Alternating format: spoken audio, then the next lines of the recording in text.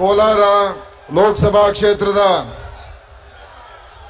ಚುನಾವಣೆಯ ಪ್ರಚಾರಕ್ಕೆ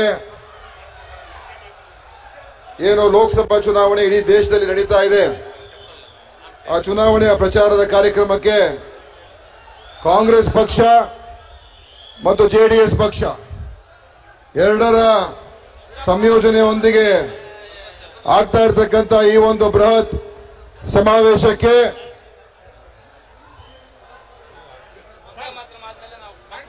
ಬೇಡ ಬೇಡ ಬೇಡ ಹಾರಲ್ಲ ಬೇಡ ಬೇಡ ಬೇಡ ಬೇಡ ಈ ಒಂದು ಬೃಹತ್ ಸಮಾವೇಶಕ್ಕೆ ಚುನಾವಣೆ ಪ್ರಚಾರದ ಕಾರ್ಯಕ್ರಮಕ್ಕೆ ಆಗಮಿಸಿರುವ ಅಖಿಲ ಭಾರತ ಕಾಂಗ್ರೆಸ್ ಸಮಿತಿಯ ಅಧ್ಯಕ್ಷರು, ಧೀಮಂತ ನಾಯಕರು, ಶೋಷಿತ ಬಡಜನರ, ರೈತರ, ಮಹಿಳೆಯರ, ಯುವಕರ ಪರವಾಗಿ ರಾಷ್ಟ್ರಾದ್ಯಂತ ಧ್ವನಿಯನ್ನ ಎತ್ತುತ್ತಾ ಇರತಕ್ಕಂತ ನಮ್ಮ ಭವಿಷ್ಯದ ದೇಶದ ಪ್ರಧಾನಮಂತ್ರಿಗಳಾಗಿರ್ತಕ್ಕಂಥ ಸನ್ಮಾನ್ಯ ಶ್ರೀ ರಾಹುಲ್ ಗಾಂಧಿ ಅವರನ್ನ ನಾನು ಈ ಸಭೆಗೆ ಹೃತ್ಪೂರ್ವಕವಾಗಿ ಸ್ವಾಗತವನ್ನು ಬಯಸ್ತಾ ಇದ್ದೇನೆ. Sir, I am welcoming Shri Rahul Gandhiji for this programme. ನಮ್ಮ ರಾಹುಲ್ ಗಾಂಧಿ ಅವರಿಗೆ ಸ್ವಾಗತ.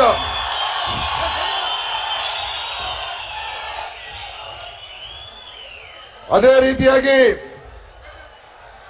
ಅಖಿಲ ಭಾರತ ಕಾಂಗ್ರೆಸ್ ಸಮಿತಿಯ ಪ್ರಧಾನ ಕಾರ್ಯದರ್ಶಿಗಳು, ಸಂಸತ್ ಸದಸ್ಯರು, ನಮ್ಗೆಲ್ಲರೂ ಕೂಡ ಮಾರ್ಗದರ್ಶಕರಾಗಿರ್ತಕ್ಕಂಥ ಸನ್ಮಾನ್ಯ ಶ್ರೀ ಕೆ.ಸಿ. ವೇಣುಗೋಪಾಲ್ ರವರಿಗೆ ನಾನು ಹೃತ್ಪೂರ್ವಕವಾಗಿ ಸ್ವಾಗತವನ್ನು ಬಯಸ್ತಾ ಇದ್ದೇನೆ.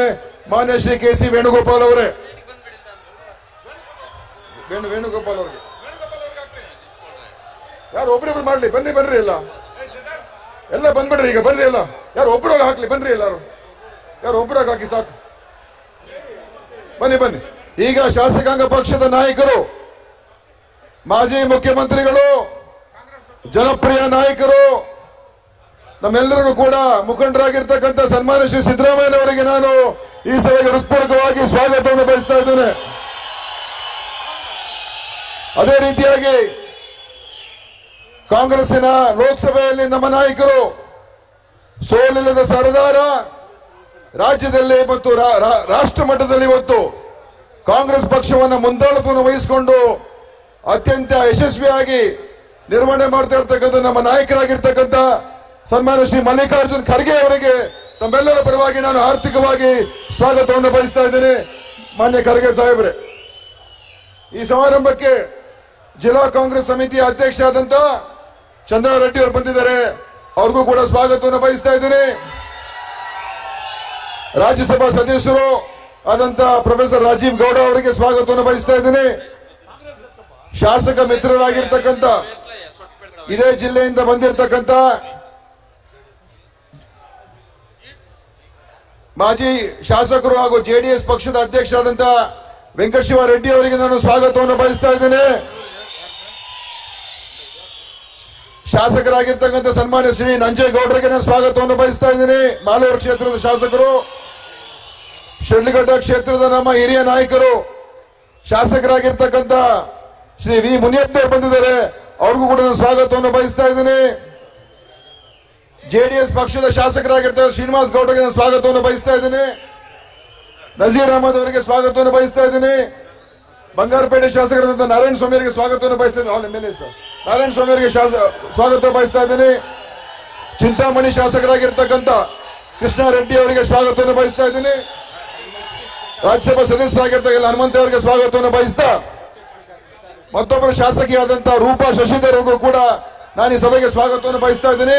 ಎಲ್ಲ ದಯವಿಟ್ಟು ಕಡೆ ಬಂದ್ಬಿಡಿ.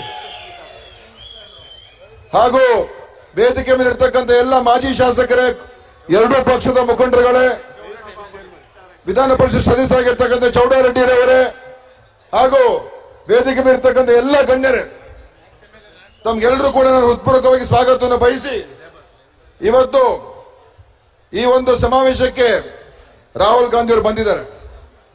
ದೇಶದಲ್ಲಿ ಏನು ಲೋಕಸಭಾ ಚುನಾವಣೆ ಆಗ್ತಾ ಇದೆ, ಇದು ಇವತ್ತು ದೇಶದ ಭವಿಷ್ಯವನ್ನು ರೂಪಿಸತಕ್ಕಂಥ ಚುನಾವಣೆ. ಭವಿಷ್ಯವನ್ನು ರೂಪಿಸ್ತಕ್ಕಂಥ ಚುನಾವಣೆ. ನರೇಂದ್ರ ಮೋದಿ ಅವರು ಇವತ್ತು ರಾಜ್ಯಾದ್ಯಂತ ಪ್ರವಾಸ ಮಾಡ್ತಾ ಇದ್ದಾರೆ, ಎಲ್ಲ ಕಡೆ ಭಾಷಣ ಮಾಡ್ತಾ ಇದ್ದಾರೆ.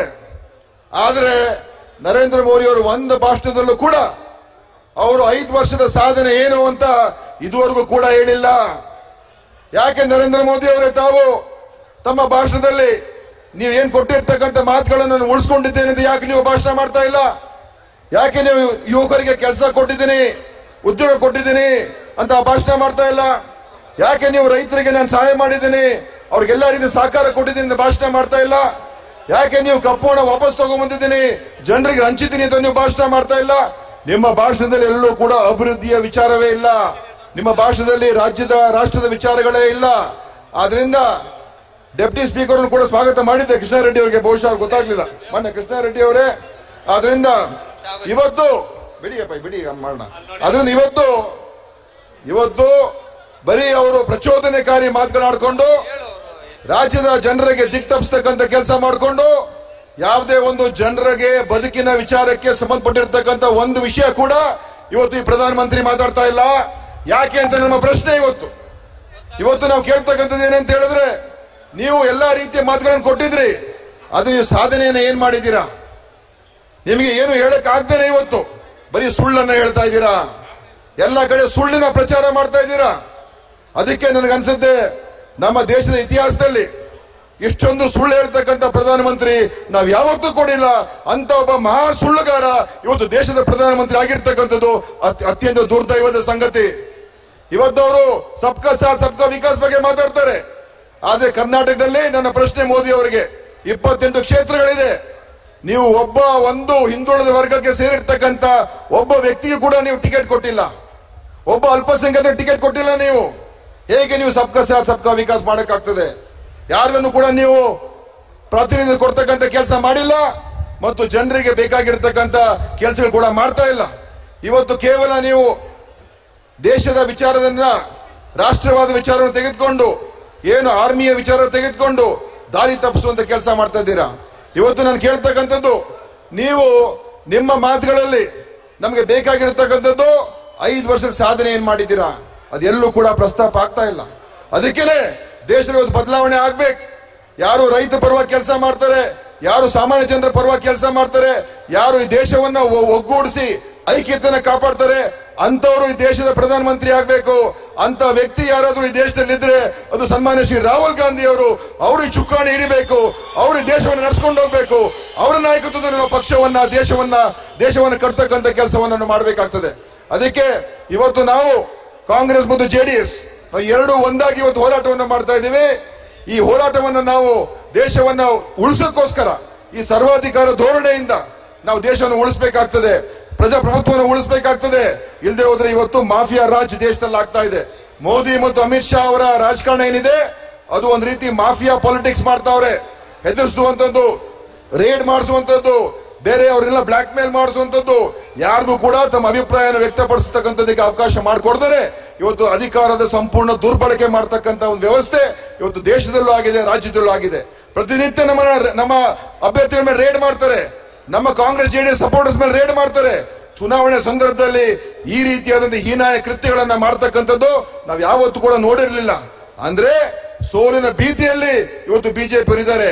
ನನಗೆ ವಿಶ್ವಾಸ ಇದೆ, ಈ ನಾವೇನು ಜೆಡಿಎಸ್ ಕಾಂಗ್ರೆಸ್ ಒಟ್ಟಿಗೆ ಸೇರ್ಕೊಂಡು ನಾವು ಮಾಡ್ತಾ ಇದೀವಿ, ರಾಹುಲ್ ಗಾಂಧಿ ಅವರ ನೇತೃತ್ವ, ಮಾನ್ಯ ದೇವೇಗೌಡ ಅವರ ನೇತೃತ್ವ, ಕುಮಾರಸ್ವಾಮಿ ಅವರ ನೇತೃತ್ವ, ಪರಮೇಶ್ವರ್ ಅವರ ನೇತೃತ್ವ, ನಮ್ಮ ಸಿಎಲ್ಪಿ ನಾಯಕರಾದ ಸಿದ್ದರಾಮಯ್ಯನವರು, ನಾವೆಲ್ಲರೂ ಕೂಡ ಒಂದಾಗಿ ಇವತ್ತೇನು ನಾವು ಜನರ ಮಧ್ಯೆ ಹೋಗ್ತಾ ಇದ್ದೀವಿ.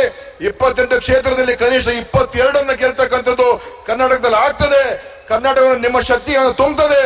ಕರ್ನಾಟಕದ ಕೊಡುಗೆ ಮುಂದಿನ ದೇಶದ ಸರ್ಕಾರ ರಚನೆ ಮಾಡ್ತಕ್ಕಂಥದಕ್ಕೆ ಮಹಾನ್ ಪಾತ್ರವನ್ನು ವಹಿಸುತ್ತೆ ಅಂತ ಈ ಸಂದರ್ಭದಲ್ಲಿ ಹೇಳಿ ನಾನು ಹೆಚ್ಚು ಭಾಷಣ ಮಾಡಿದರೆ, ಈಗ ಸನ್ಮಾನ್ಯ ಕುಮಾರಸ್ವಾಮಿ ಅವರು ಕೂಡ ಬರ್ತಾ ಇದ್ದಾರೆ.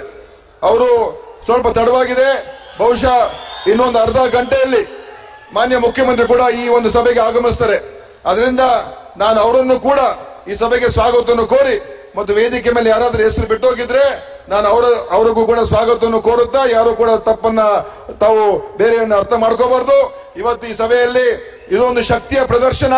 ಈ ಶಕ್ತಿಯ ಪ್ರದರ್ಶನ ಮುಖಾಂತರ ಕೋಲಾರ ಜಿಲ್ಲೆ, ಕೋಲಾರ ಪಾರ್ಲಿಮೆಂಟ್ ಇರ್ಬೋದು, ಚಿಕ್ಕಬಳ್ಳಾಪುರ ಪಾರ್ಲಿಮೆಂಟ್ ಇರ್ಬೋದು, ಸುತ್ತಮುತ್ತ ಎಲ್ಲ ಕಡೆ ಕಾಂಗ್ರೆಸ್ಸಿನ ಧ್ವಜವನ್ನ ಹಾರಿಸ್ತಕ್ಕಂಥ ಕೆಲಸ ಸಂದೇಶ ಈ ಸಮಾವೇಶದಿಂದ ಹೋಗ್ತಾ ಇದೆ ಅಂತ ಈ ಸಂದರ್ಭದಲ್ಲಿ ಹೇಳಿ ನನ್ನ ಭಾಷಣವನ್ನು ಮುಗಿಸ್ತೇನೆ.